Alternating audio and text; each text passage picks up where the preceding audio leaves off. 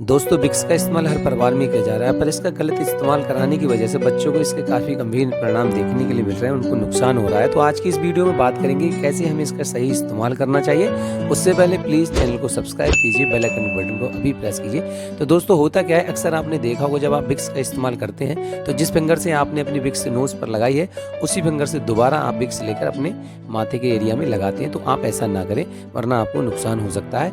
और जिस विक्स का आप इस्तेमाल करते हैं, वही विक्स का इस्तेमाल आप अपने बच्चों को ना कराइएगा, वरना उसको नुकसान हो सकता है। बच्चों के लिए अलग से एक आता है विक्स बेबी रब, आप उसका इस्तेमाल कीजिए। मगर अक्सर लोगों ने क्या किया है कि जो विक्स वेपो रब आप इस्तेमाल करते हैं, वही आप बच्चों को इस्तेमाल कराना शुरू कर देते हैं, जिससे कि बड़े होकर उनको काफ़ी समस्याओं का सामना करना पड़ता है। तो प्लीज़ इस बात का ध्यान रखिए।